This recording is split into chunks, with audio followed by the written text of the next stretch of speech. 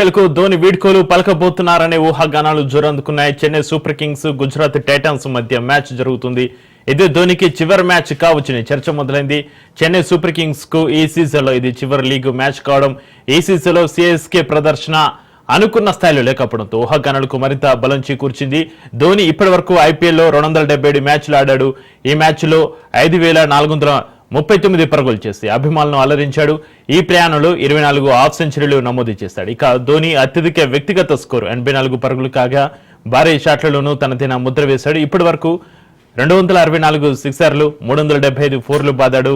ఇన్నేళ్లుగా చెన్నై జెర్సీని ధరించి ఎన్నో విజయాలకు నేతృత్వం వహించిన ధోనికి ఇది నిజంగానే చివరి మ్యాచ్ అయితే అది అభిమానుల హృదయాల్లో చిరస్థాయిగా నిలిచిపోతుంది. అయితే ధోని ఈ విషయంపై ఇంకా అధికారికంగా ఎలాంటి ప్రకటన చేయలేదు.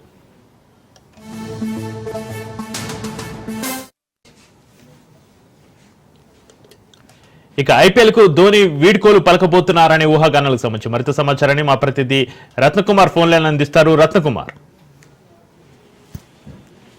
Indian senior player Dhoni IPL కు వీడ్కోలు పలకబోతున్నటువంటి వార్తల నేపథ్యంలో ఇవాళ జరుగుతున్నటువంటి మ్యాచ్ అనేది ధోనికి చివరి మ్యాచ్ అనేటువంటి వార్తలు అయితే వినిపిస్తున్నాయి.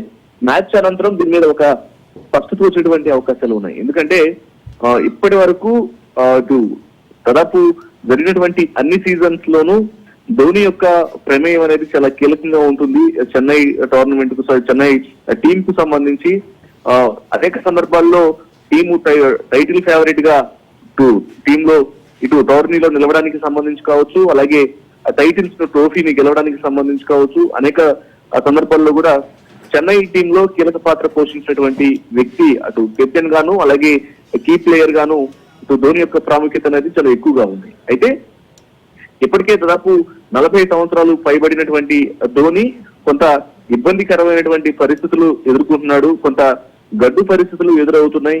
ముఖ్యంగా ఈ సీజన్ లో చెన్నై యొక్క పరిస్థితి కూడా అంత ఆశాజనకంగా లేదు. వాళ్ళ యొక్క పెర్ఫార్మెన్స్ అనేది దాదాపు మొత్తం 13 మ్యాచ్లు ఆడి కేవలం 3 మ్యాచ్లు మాత్రమే నెగ్గింది.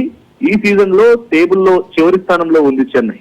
సో ఇక ఇదే అనుకూలంగా చేసుకుని ఇక ఇన్ని సీజన్లు ఆడిన తర్వాత ఇక ఈ సీజనే ధోనికి చివరి సీజన్ అనేటువంటి వార్తలు వస్తున్నాయి.